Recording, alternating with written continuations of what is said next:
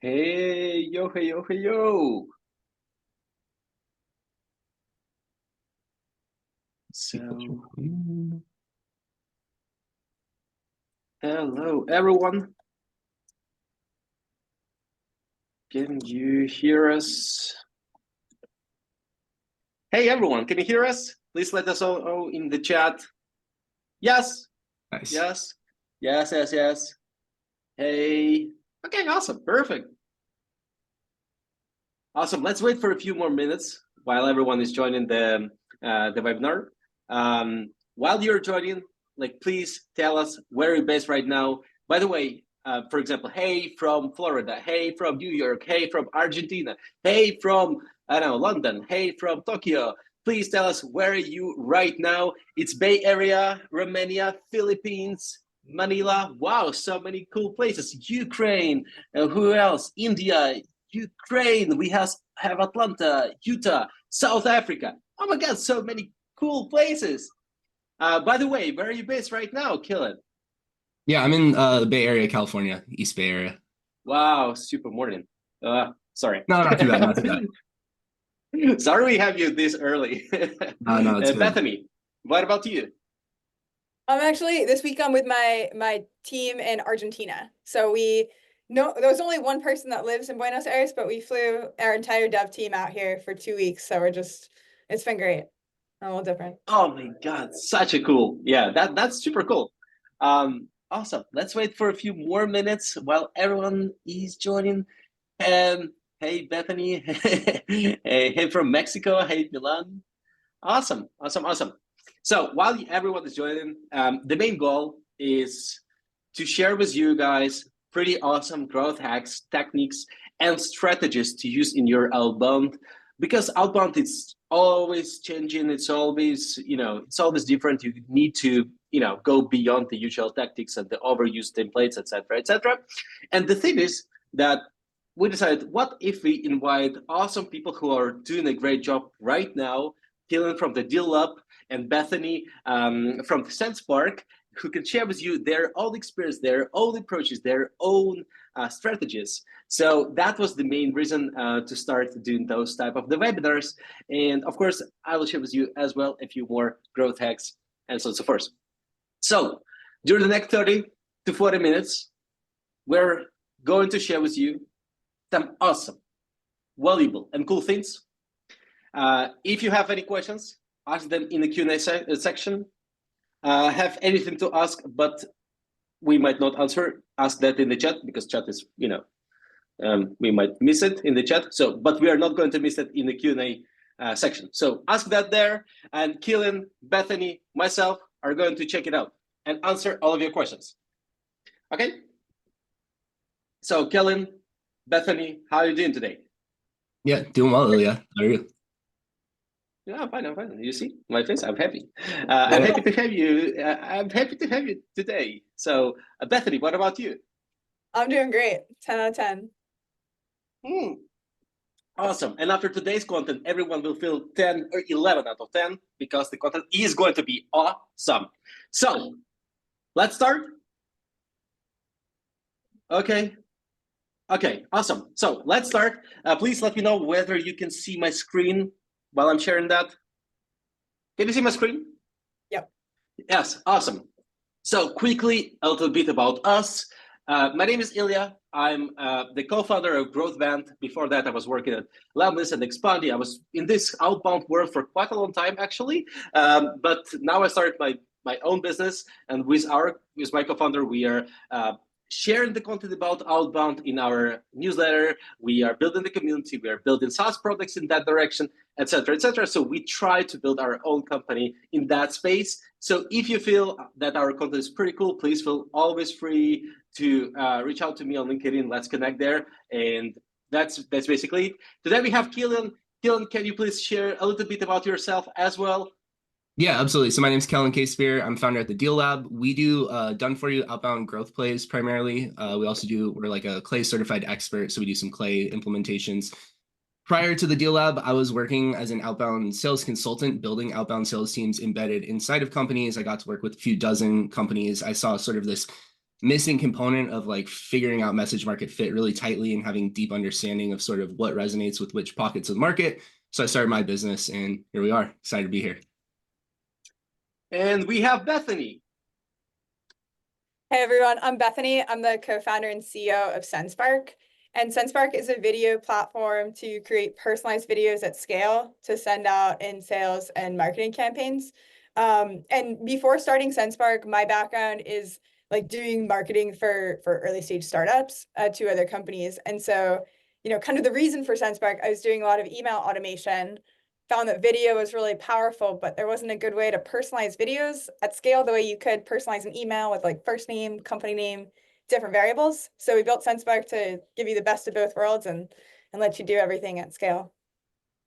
Awesome, awesome. And today we prepared, or each of us prepared their own pieces. And today we're probably gonna start with clay. And we do have a clay person here. It's Killian. Can you please share your deck and share with the audience your approach to use clay? Yep, you bet. Let me take over screen share if I could. Just give me just a second. Yeah. So now. Yep, cool. Looking good. Let me go to. All right, cool. So I'm just going to share it this way. I got 2 clay tables I'm going to share with all of you guys. So these are going to be enrichments to be a top 1% sender. My belief is that in outbound, really, I'd say maybe only the top 1% of the top 1% actually sees much effectiveness. And so we're going to talk about what that kind of looks like. So the first concept we're going to cover is hypersegmentation, which I think of as just breaking down your list more granularly than everyone else. Right. So most companies are working off of pretty unfiltered lists currently, even if you're pulling like in ICP lists. A lot of times it looks like this, right? Basic searches build weak campaigns. So if you're looking at like chief marketing officer in, IT services, not a good search. I don't have any samples of weak searches that I do because no one on this panel actually runs weak searches. But I used to back in the day. This is 2018. I used to send bad outbound emails just like everyone. This is a LinkedIn message, but you get the point. So the way I think about it is like a granular list equals specificity and argument, which equals increased resonance with prospects, right? And so what that means to me is that if we understand more about the list that we're reaching out to, the argument we can make to these people, let's say we're like, selling them like video services. If I understand more granularly like what this persona is, what their market is trying to convey via video, it's a lot easier for me to make an argument to that person of how I can help them. And the more specific our argument is, the more likely they are to be resonant with it. So what we're going to do real quick is we're going to fix a generic list, which is probably like the ones a lot of you guys are sending to, unfortunately. This is a before image, right? So this is just straight up that list that I was showing a second ago. CMOs in like IT services, which covers software somewhat too inside of Apollo. Oh, sorry, Cal. Sorry, yes. Cal. Just a quick question. Please tell us in the chat whether you can see the screen that Calvin is sharing. So just yes, all good. So no, yes, okay, awesome. Cool, Calvin, cool, sorry cool. for the interruption. Yeah, no, that's a good call. That'd be bad. That'd be bad. I appreciate that. Yeah. Cool. So let's go fix it. So inside of Clay, I built this table. And so what we're going to be talking through on this table is how I'm taking like generic Apollo data that would have been like a normal export and turning it into something I would want to use, right? And so in this case, we're thinking of CMOs. These are all in the Bay Area, which makes it even more granular. The first enrichment I did is I use OpenAI to normalize first names, right? So Clay has a native like normalized first name line. It works pretty well. I like using OpenAI for it. It's like next to free. It's like 0.02 of a penny per record or something. And it gives you a lot more control. I think it's more reliable. So you can just like build out these templates, normalizing the names, right? The next thing I do very similar is normalizing company names the exact same way, right? So Clay has a native like formula of this. It doesn't cost any record credits and it doesn't cost API calls. I recommend the OpenAI API or Claude or whatever for this because you get better names, right? So like Palo Alto Networks becoming Palo Alto. I have mine leaning towards being a little bit casual, right? Sugar CRM becoming Sugar, right? These are like very conversational ways of saying this. So if I was talking to Bethany, I might be like, hey, have you migrated to Sugar, right? And if she was from Sugar CRM, she would know what that would mean. It kind of gets taxing to say like CRM, CRM, CRM, CRM, So anyways, I think that type of stuff, presents quite positively. Next, I'm using Lead Magic to validate the emails that I got out of that list. So again, if someone was like adopting, like when I first got Clay, I worked inside of a company and I just bought it myself and I was using it in order to do my job better. And this is the type of stuff I was doing, right? And so Apollo gives me some coverage of emails. When I go to validate those, you'll see like a lot of those are just bad emails that we should not be sending to. So you definitely want to always be checking that. I use Lead Magic again to go source a bunch of emails, and then I'm aggregating all of the validated ones into like one column, right? So merging these, which Clay lets you do really easily. I also ran checkboxes to see how many Lead Magic found versus what Apollo gave me, because I thought it'd be cool to kind of highlight that like my friend Jesse has built a really nice tool that has much better coverage. So once we have that, right, so that kind of like tees me up to have the data I need to like start to reach out to these people, start to filter it, right? Hyper segmentation. So what we're going to be doing here is we're actually going to break these CMOs up into whether they're first-time CMOs or repeat CMOs. And then the other one we're looking at is, are they a software business or are they some type of other business, basically?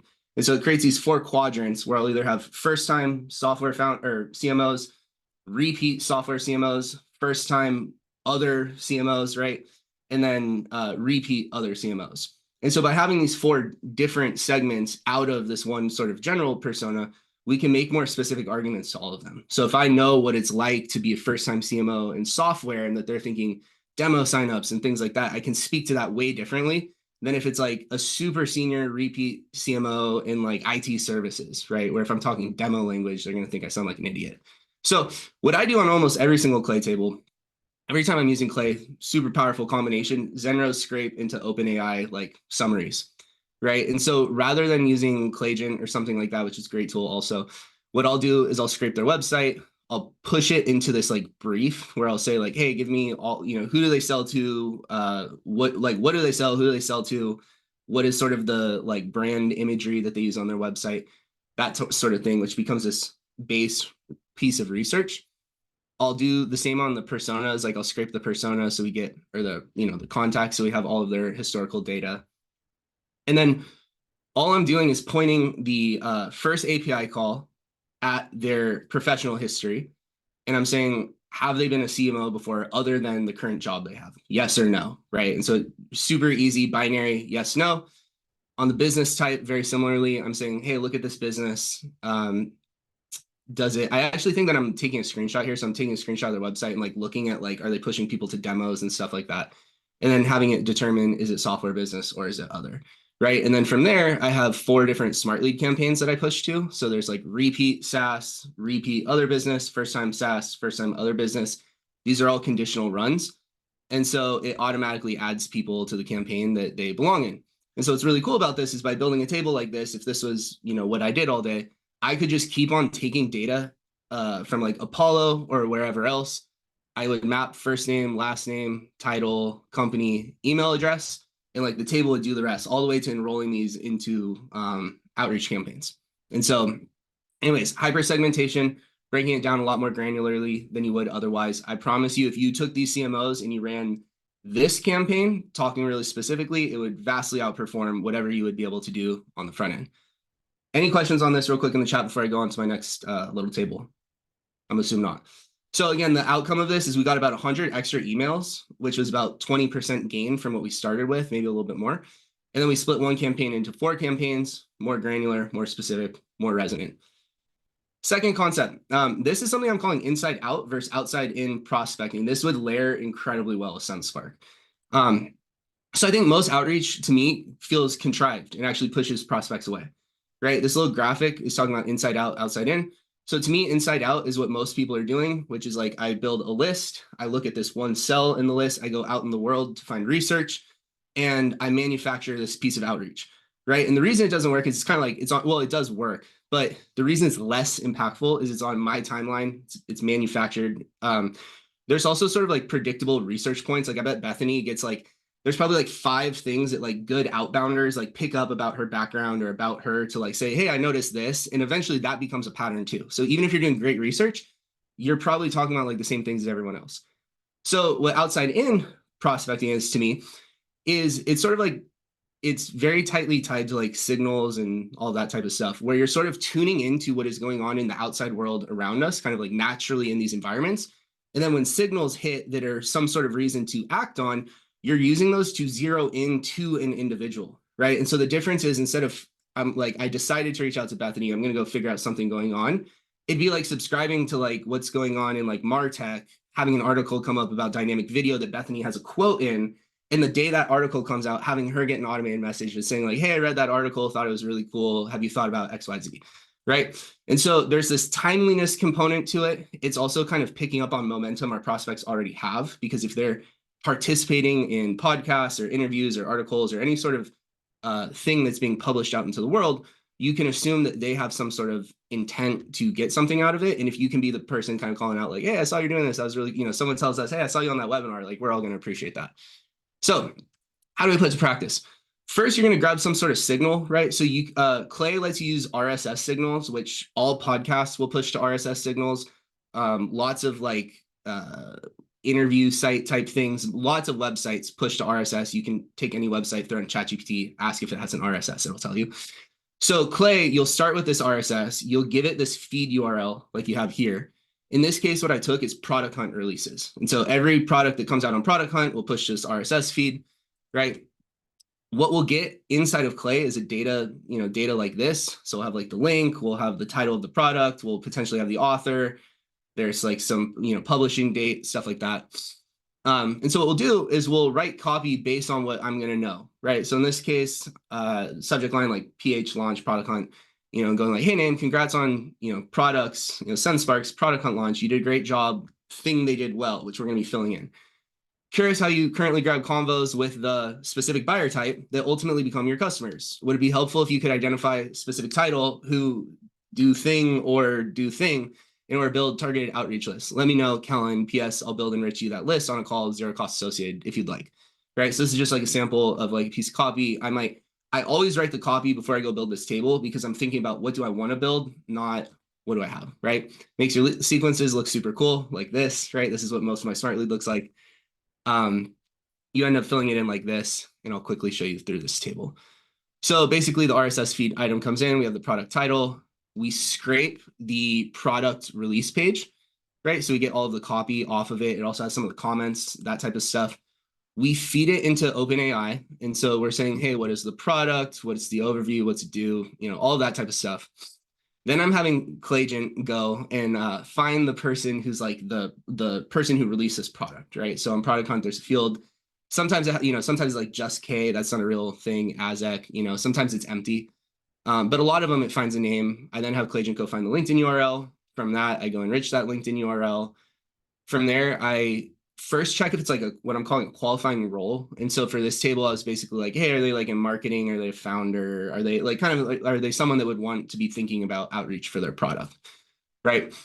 So I do that, basically do they qualify. Secondarily, I create like a summary of their career. And so this is just like a research piece that I tend to add in my tables, because it gives you a bunch of really good data about these people when you go later to like write a message to them. I then find their work email. I'm only using Lead Magic here. If I was really running this, I do run this table. I run a waterfall of it. But basically anyone who I find a good email for, I'm then creating copy for, right? And it's really easy to create that copy because I have this idea that I'm kind of running with, right? So for my thing, I'm creating like the title of a potential buyer first, right? This one's kind of weird, emergency preparedness specialists. And then I write my email line by line, right? So it might be like, hey, Thiago, congrats on Nuclear Disaster Maps product hunt launch. You clearly articulated the importance of awareness in nuclear risk zones. Super normal. Curious how you currently grab convos with the concerned homeowners and safety organizations to become your customers. Would it be helpful if you could identify emergency preparedness specialists who prioritize disaster response training or community outreach efforts? And then my PS doesn't need to be AI made, so I just put it in the table. And then once all those are created, I just send it into Smartly and it auto runs, right? So this table completely auto runs. I don't need to do anything in the middle. It will just keep updating itself every single day. And it's a way of enriching those RSS feeds. And so it gives us an automated signal. It gives us immediate outreach, right? Like zero time cost outreach, hyper personalized. I run this with IT services, enterprise in healthcare companies, and we get like CIOs of major hospital systems that will take meetings off like very basic copy just because it has this kind of nice little like, hey, I'm running with your momentum feel. And then the list is a strategy, and this is like a great list, right? If you have a list of, your ICP who is talking on podcasts about the thing that you do, like that's an amazing list, becomes strategy. Thanks so much. Connect with me on LinkedIn, Kellen K. Spear, and Ilya is going to take you with some extra growth hacks. Appreciate you guys. Thanks a lot, Killian. Thanks a lot. Please, people, tell us in the chat, how did you enjoy the content that Killian shared? Of course, it's only a piece of the puzzle of the whole world that, yeah. Oh my God. Oh, great stuff. Absolutely love it. Very good. Great. Awesome. Great content. Killian, wow. You did a great job. I mean, awesome. Great stuff. Never knew this was even possible. Yeah. Then Rose API, nearly free. OpenAI, nearly free. That was you. Okay. But you shared this in the. Just give me a second. Oh. Yeah, that was excellent. Love it. Killian, you crushed it. Thank you guys. Awesome. Yes, I do have the question to Bethany and to Killian. The question is, today we are going to share like super awesome content, right? And people are asking, are we going to share the recording? I'm betting yes. So let's ask the audience, do we need to share the recording or not? Because if not, if you don't like the content, we are not going to share that, right? So it's just extra 10 minutes for us, but still, like, just tell us yes or no. Yes or no. Yes, yes, yes, yes, yes, yes, yes, yeah, we have to. Bethany, Killian, are you okay to share the recording? Oh yeah. Okay. Oh, yeah. Yeah, I can't say no to these people. I'm gonna get blocked if I say no. Bethany, sure. are you okay? Oh, for sure. And again, I'm gonna watch that again because I thought that was a really cool workflow. So yes. Yes, awesome. By the way, if you like all these clay things, that you want to discover more about clay, let us know in the chat. Reach out to us on LinkedIn. I shared to the link to our LinkedIn profiles, to Bethany, to Kellen, to myself. So please reach out to us. Let's connect all together. Ask any questions, etc., etc. We can probably create even more content around clay. So love this session. Connect with me, do the clay and rich combo. Oh yeah, there's one more that is coming. Yes, Bethany, but that's gonna be a little bit later. So let me share with you a little, like a few growth hacks. So please let me know. Can you see my screen right now? Just say yes or no. Like yes, all good. So let me share with you a few more growth hacks. We don't have enough time, so I'll be quick. And the thing is that I do believe that clay is extremely powerful tool, and like the whole approach that clay is provided with is about the right usage of the data enrichment, to figure out who is the most relevant among all the contexts you have. So imagine back in the days, you scrape like millions of profiles, millions of people, you had like 10,000 like million of contacts that you want to reach out to. That there are only 10 people, from 10 to 50 people in the company working, their title, etc., and overall your cold emails were not extremely relevant. So you did know like whether it's relevant or not. So you try to send it to literally everyone. So now with with new technologies, with new tools on the market, you can actually figure out who is the most relevant for you and who is the best fit. So what I mean is that was a perfect example, but by Killian, then where you can check whether this person was already in CMO or was not, whether this company is SaaS or other type of the company, etc., etc. So we usually do believe that the best way of using clay is to try to find out, like out of 10,000 of contacts you have, the best 300 who actually fit your ICP, fit your persona, etc., who are the most relevant. So imagine, like you have millions of contacts, but like only a piece of them are actually showing clear signals that they need your solution. They are hiring right now. They just published a new blog. They just hired a new head of growth or a new CMO. So you can talk to this CMO, etc., etc. So this is a list of signals that you can use and get in order to figure out who's the most relevant out of those 10,000 and figure out, okay, only a small narrow niche of companies.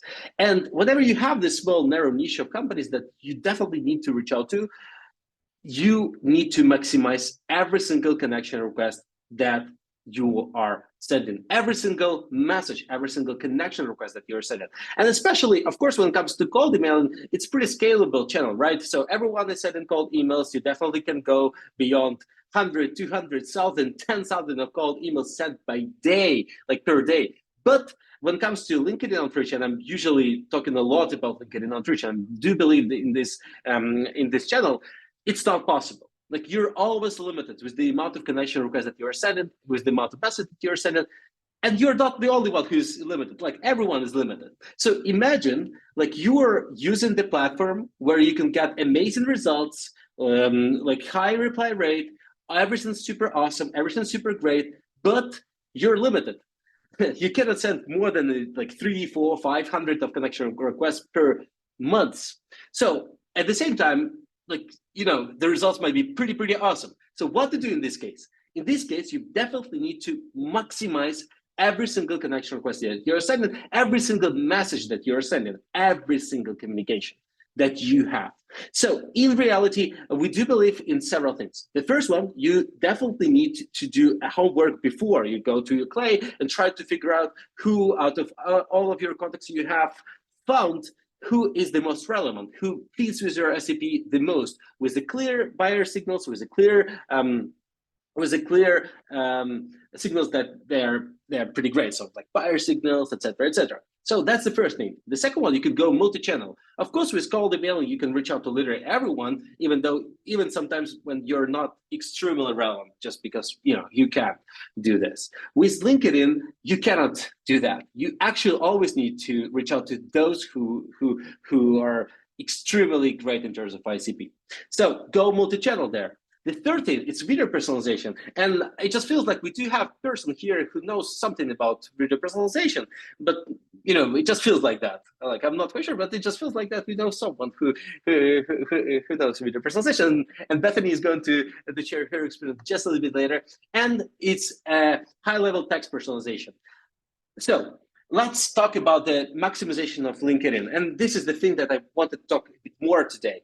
So the thing is that how to maximize your LinkedIn connection requests that you're sending, basically by using like Clay, to figure out who's the most relevant to you. But also one more step that you can do is you can also get the insights from the LinkedIn activity of your prospects, of your contacts, and use it in two ways. The first one, use it as the personalization. So whenever you're trying to reach out to anyone on LinkedIn, it's always better for you to reach out to those who are actively using LinkedIn. Because if you want to reach out, like, imagine you have 500 bullets, and you can use them only for, like, it's better to use them only to, like, on those who are actively using LinkedIn, right?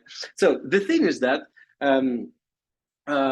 whenever you go to LinkedIn Sales Navigator, or whenever even you're using Clay with data enrichment, it's always better to use the filtration, like, posted on LinkedIn. So no matter whether those people are extremely great fit for your RCP or not, if they fit your ICP but at the same time they're not using LinkedIn, all of your LinkedIn outreach campaign is not going to work properly, because these people will just not see your message, will not see your activities. Why? Because they're not actively using LinkedIn. Probably in 1 or 2 months, they're gonna check it out, but it's gonna be too late. So it's always better to use this filtration, no matter whether you're using Sales Navigator for search, or if you already found some contacts on LinkedIn using, for example, Apollo or whatever, list building tool you're using, you can use Clay to do some enrichment and add some extra information, whether those people actually posted something. So for this, we usually use Clay.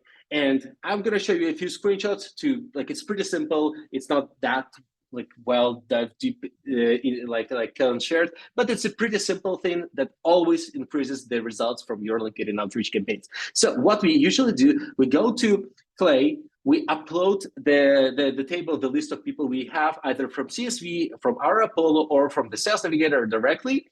And then we enrich this list of people with the the recent LinkedIn posts activity. So now we'll know who of those people are actually posted something during the last 30 to 40, like 60 days, like recently they posted something.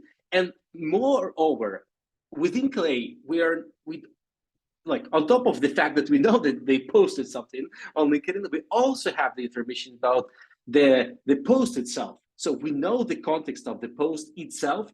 And now for us, it's easy to use it to do the personalization. So the thing is that now, like with this growth hack, it's usually increasing your reply rate by 30 to 40%. What you can actually do is do two things. The first one, create the icebreaker, and the second one, engage with people via comments. And I'm going to share with you both approaches. So the first one, what you need to do is go to Clay, add enrichment, and use GPT generate text enrichment, like the one that Kellen showed, but just in a different way. So, and this, and here, what you can do is you can use the context from their recent LinkedIn posts in order to use the personalized icebreaker for your outreach. So you use the prompt and the system style called email writer. And this is the prompt. If you want, I can share with you this prompt. It's usually working pretty well. Like in 95% of cases, GPT is generating a pretty nice icebreaker based on the LinkedIn post. Like, hey, I saw that you recently hired someone on LinkedIn. Hey, I saw that you recently shared your new updates on LinkedIn, etc., etc. Depending on what was the context of that post, you're going to generate the icebreaker. So, and after that, you're going to generate the icebreaker like that. So just quickly, Clay is preparing for you icebreakers that you can actually add to your cold emailing or LinkedIn outreach campaigns as the first message. So it's going to be, hey, yo, Kellen, yo, Bethany, I saw that you recently posted about the upcoming webinar. I'm really pumped up. I'm really hyped up. I do really want to visit that to watch the recording of such a webinar, etc., etc. Is it available? Like, you know, this is a really great icebreaker that shows that this person actually saw my activity, this person actually saw my content, and this is not just a random person from nowhere. Like, it just feels like this person knows me, this person is following me on LinkedIn. This is usually increasing the results on LinkedIn like dramatically, like really. Because if it's really easy to feel whether this message was extremely automated, like extremely general, etc., etc. And when you feel it, oh my God, this person actually knows something about me, like those two things. And in this case, we usually do believe that it's possibly like you definitely need to use such an approach.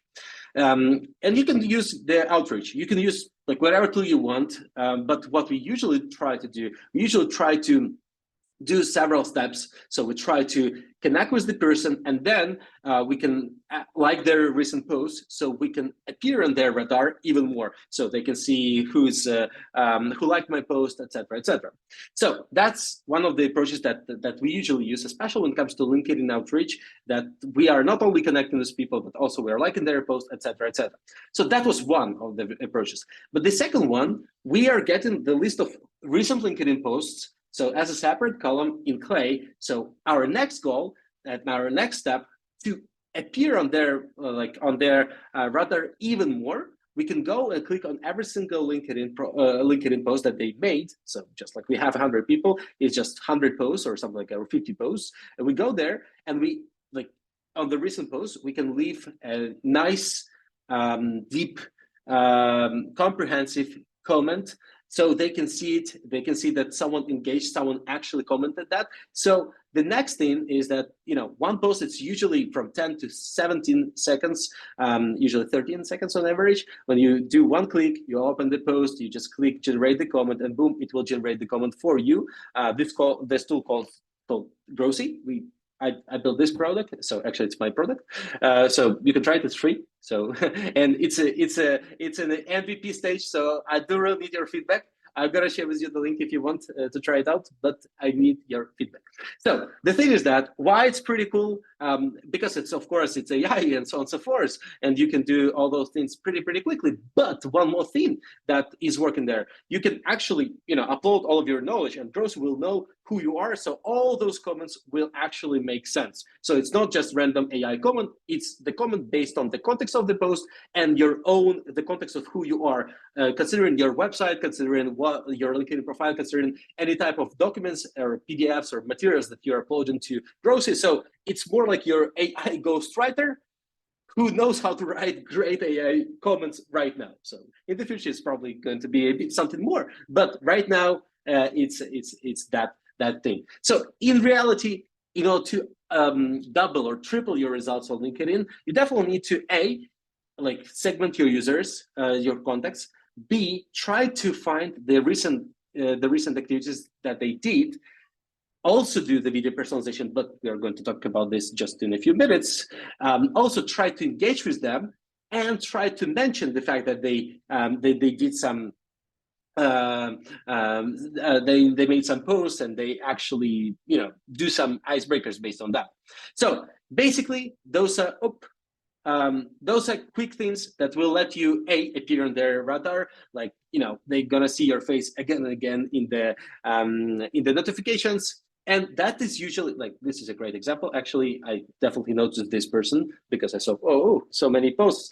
This person so many posts. This person commented on some of my posts. I definitely need to talk to this person because it just feels like, I now have a fun. Yeah, yeah. That's the feeling that you can reach the same by using Clay, any LinkedIn automation, and for example, Growsy for optimizing this whole approach.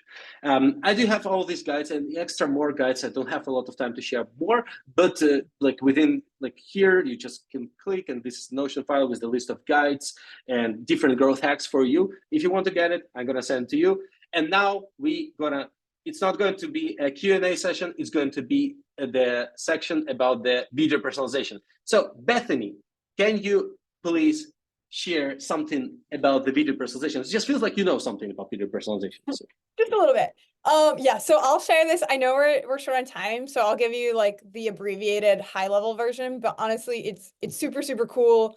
I'm obviously biased, but that's why we built the platform. If you send videos, you get 2 to 3 times higher engagement, higher replies, and just like better, more positive replies. Like I noticed when I send a video, no one's ever mean. Like they might be like, thanks for reaching out, maybe later, but it's not like the same aggressive replies you might get with cold email. So highly recommend trying this out. And what I'm going to show you is how you can create personalized videos at scale. So instead of like recording a personalized Loom or Vidyard video again and again and again, which would take a long time, you can just take one video of yourself and then send it out. And since there's been a big Clay theme today, I'm going to show you how to build this into Clay. So it would work perfectly with Kellen's campaign and then Ilya's campaign as like part of the step, just as a way to, have a more relevant message and increase engagement. Without further ado, so this is kind of the end product, and I'll walk through how we can create this. But basically with SendSpark, you're going to be taking one video of yourself and then personalizing it for every person with like their own name and a website background. So this is one example. Let me know if you can or cannot hear this in the chat too. Hi, Bethany. I just generated this video using SendSpark. So like that's one video, and then we can see another example. Hi, Ilya. I just generated this video using SendSpark's AI. And last one, I'll show you. Hi, Kellen. I just generated this video using SendSpark's AI. So see, same video, but slightly personalized for every person. And the way, and what's also notable about this is when you actually send out the video, whether it's on LinkedIn or email, this preview is going to show up. So it looks like you're recording over their website or LinkedIn profile, like you're talking about them, and that in itself is really impactful for engagement. The way you set this up is you can go into SendSpark and create a dynamic video campaign called Demo for Webinar. And here you're going to add, so here you're going to select if you're using the AI voice or not. You don't have to. Some people are a little uncomfortable trusting the AI. If you don't, it would just put your own face over their website. And then you can select a video. When you're doing this in SendSpark, what you do is you record one video using the placeholder word watermelon. So instead of actually saying, hi, Ilya, hi, Kellen, hi, whoever, you just record one that says, hi, watermelon. And then our AI knows to replace that with the person's actual first name. You can select your language, and this is actually brand new as of this week. We started offering other languages outside of English. So if you speak a language not here, let us know and we can add you guys to the list as well. And then as soon as you click this, we're going to start cloning your voice. So that way we can create the AI personalized videos for different people. You can also customize further. So when you're sending out the video, you know, it's not just a video, you're trying to like book a meeting or have them sign up or take another step in your sales process.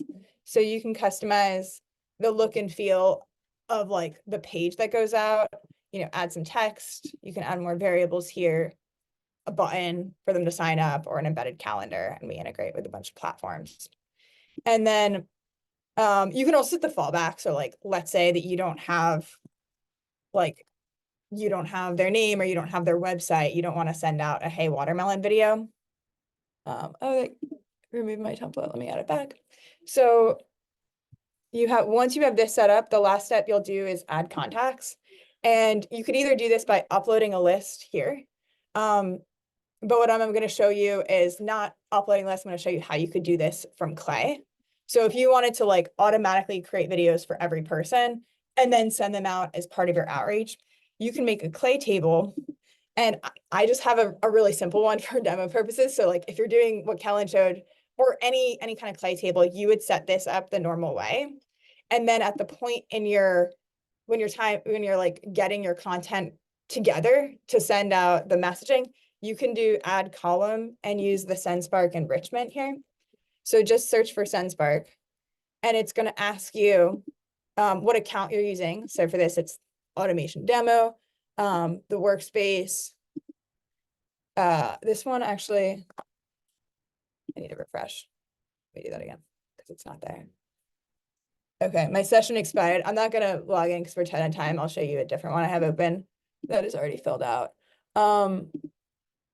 But here we'll do it. So for the column, you basically are just mapping in the fields. So the same area that you would add first name, email, company name, job title, you can just select that from Clay. And then what's going to happen, I don't want to refresh or it'll log me out, but I'll show you here. Once the video gets generated, SendSpark will return like this success information into your Clay table. That's going to give you the video link, the video embed code, everything you need to do, like to have to share it. And then you can do as a next step to add it into your outreach campaign, either in LinkedIn or email.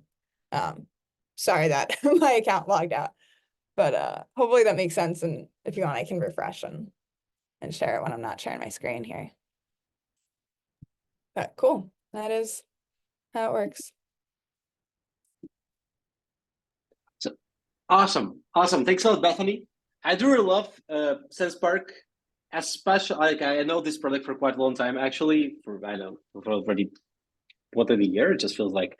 And I do really like the fact that now you have this hi watermelon, hi Kellen, hi Bethany, hi Ilya, hi Helen, hi Alex thing. Just for me, it just feels like that's a game changer because now you can actually, like, instead of creating millions of Loom videos for your prospects, just saying hi, like I made a quick, I took a look at your website. Take a look at, like, you see, I'm on your website and I made the SEO audit for you, or I have a few ideas on how you can do this better or that better, etc., etc. Instead of manually creating those Loom videos, now you can actually create one video in SendSpark and just automate those things. And what I like the most as well is now you have the Clay integration. So within Clay, you can personalize, you can find, okay, who is the first time CMOs or second time CMOs, like Kellen showed, and create like different type of the videos for them and with their different backgrounds, etc., and boom, now you have this as the variable to use in your email or called LinkedIn outreach campaigns. So you can just have it within one platform, so you don't need to log in, log out to SendSpark again and again. Of course, you do need to do that to create just the video, etc., but you can also use SendSpark directly from Clay, from the main data enrichment, context-based, workspace. So it just feels like that. I like it so No, much. it's amazing. The Clay integration is super powerful because yeah, you just create that base video, and then once you have that set up, you're just adding people in through Clay and then automatically sending. And so you can do it for the campaigns and even like set it up through like the RSS feed, or we have one going out so when people visit the website, they automatically get the videos created and sent. And I think that's like one of the biggest unlocks compared to the way you do it before. Like sure, it takes time to record a lot of videos, but also it would mean you're doing it in time blocks. And now it's just whenever that timing's there, whenever you see that signal, boom, generate the video, boom, send it off, and it'll happen in like mere minutes. Yes. So now we do have the questions like from the audience. Please, if you have any questions, ask that in the Q&A or in the chat right now already. We can see that. So the first question is going to be the question to Bethany. The question is about, does SendSpark work with something like Dripify? Can the full process be automated? And just to like Dripify is the link automation software to automate sending messages, etc., etc. Bethany, that's the question to you. Yeah, so unfortunately, it doesn't work with Dripify because we don't have, or because they don't support adding custom variables. But like, I'm going to show you how it would work with either the Growth Machine or Expandy. So like, if you were to use a different LinkedIn automation platform, you basically generate the video, and then we send you a unique video link for every person, which I have in this column, the video links. And then what you can do in other LinkedIn automation platforms, not Dripify, is you can just send this in as a custom variable in the message. So you're basically like, you have all this stuff going in this case, the Growth Machine, and then you just do video link and you send it in. And then when you use, like when you're actually writing your message, you can just use video link and it'll work. This doesn't work in Dripify, but it works in like pretty much every other LinkedIn automation platform, and hopefully Dripify soon. If you know them, ping them for us. Yeah, and I also created a nice guide about how to use SendSpark with especially LinkedIn. I also have the part there about cold emailing, but it's pretty clear there. It's pretty straightforward. With LinkedIn, it's always tricky because it always depends on the tool. You have different, settings, etc., etc. So I just shared with you guys the link to the article. Just take a look at that. There is example of me talking there, like with a SendSpark video there. So. Like my voice is not that cool there, so be careful. That was that. That was the question to Bethany. Now we do have the question from Alexander, and the question is to Killian: how to optimize Clay credits usage? Do you know any? I do know that you know the way to do that, but yeah. Yeah. No, it's a great question. Everyone has that question. Basically, so to me, no brainer is get Zenros and OpenAI. Right. So that will let you do, like, I could probably do 99% of what I do in Clay with just those two things, practically. And so Zenros for like $79 a month, you get like 250,000 like scrape credits. It's not 1-to-1 per se, but way, way, way less expensive than like using a Clay credit. So I would never use Clay credits to scrape a website, ever, ever, ever. Huge mistake. And then same for OpenAI. Like if you have OpenAI, so you can like ingest bits of data and like spit out variables, you can do so much just by like scraping web pages, spitting out variables and stuff like that. So I think that's like the best way, and then of course build your tables with like 10 records in them and then fill them rather than, with like thousands or something. Awesome. So I would add always from my side as well. So the thing is that I am not a huge fan of using Clay as the tool for searching, like an alternative to Apollo or whatever, right? So to Sales Navigator alternative. I would rather consider that as more, okay, you already found the data somewhere. So now you have the list of contacts. Now it's your goal to enrich these data to find the triggers, the signals, etc., etc.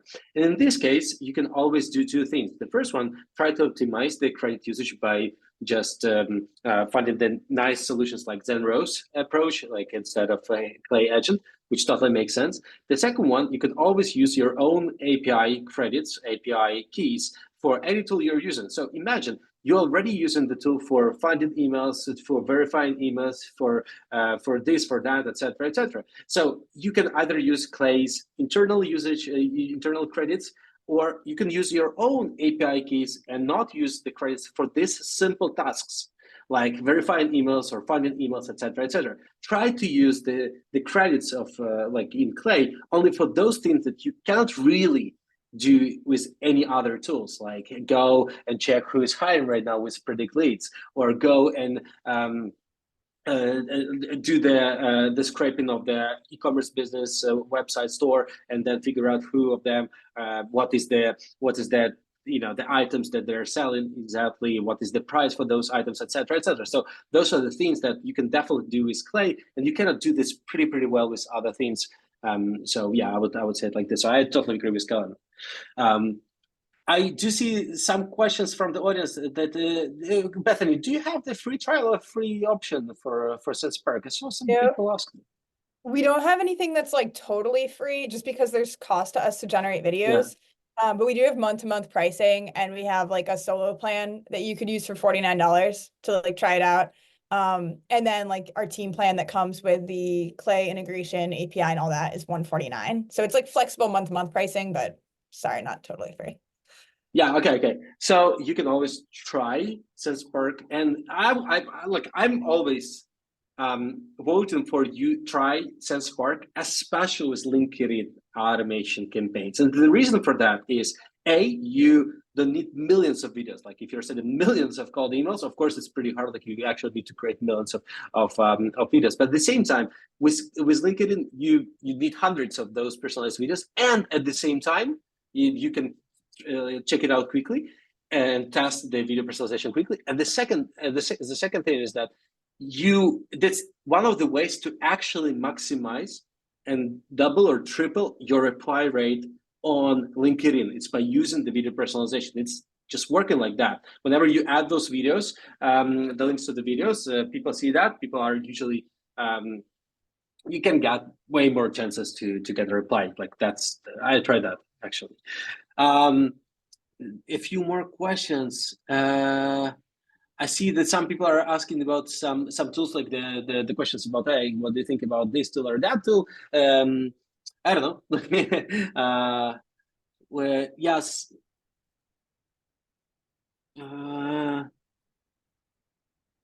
You're muted, I guess. There's a question about sending with videos and being marked as spam. Bethany, do you want to like talk about some of how you kind of advise people on balancing like link sending and all that stuff?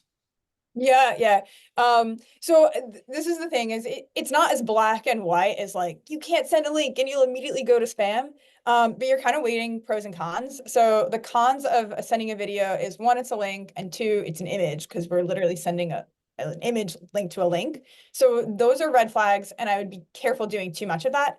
But then on the pros, typically when you send a video email, you have much shorter text, and that helps, and it gets so much more engagement than like text only emails, that also helps. So what I would say is just start on a smaller scale and use the video in the second step in your sequence, because that's going to help a little bit, and just make sure that you're really seeing good engagement on that video email, like more than a 10% click-through rate. And if you are, then scale it, like run an A/B test, make sure it's working, and then start scaling it out. And then, once you're confident, hey, this is a video email people love, you can send it in the first step. But I'd say like you do want to be a little careful. LinkedIn is definitely safer, but it's not, if you do it well, you're going to actually get better deliverability and see much better engagement, which is why people do it.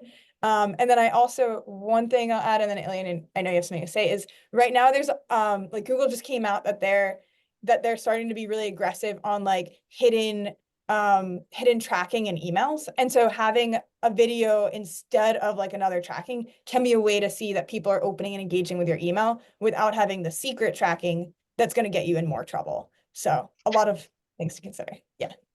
Yeah, one more thing that you need to know, that email durability, it's really complex thing. Like you need to be careful about a lot of things. And what I'm saying about a lot of things, about like it's starting from what type of the mailboxes that you're buying. Is it from the reseller of Google for education, or it's a normal G Suite, or whether you have the Microsoft mailboxes to send to Microsoft, or Microsoft to Google, etc. So there's so many different details when it comes to the cold email deliverability. And of course, like what you add to emails, it's a part of this.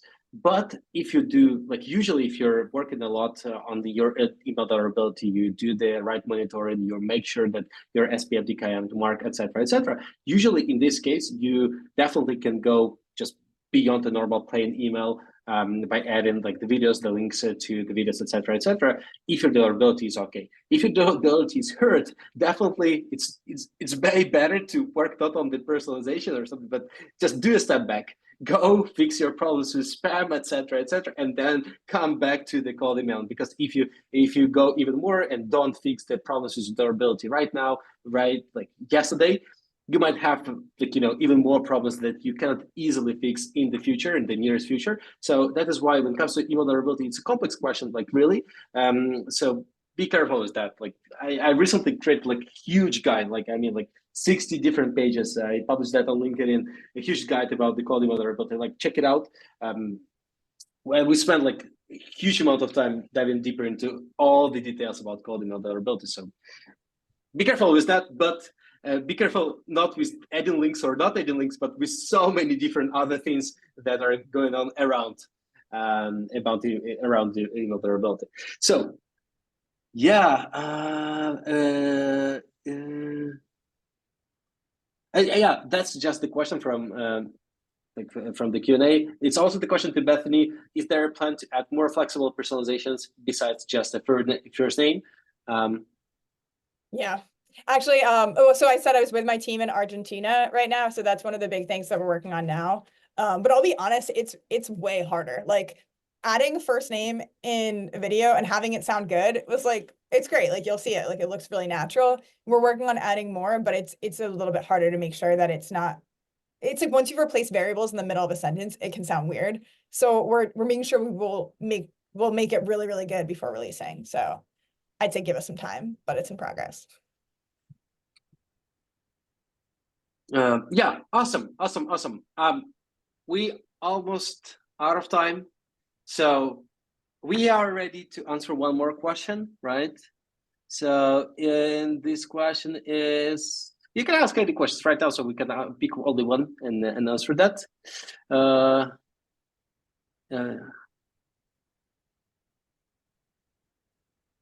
So yeah, that's the question. So that's the quick question. Dutch language is coming or not? But it's the question to Bethany. It just feels like about the language.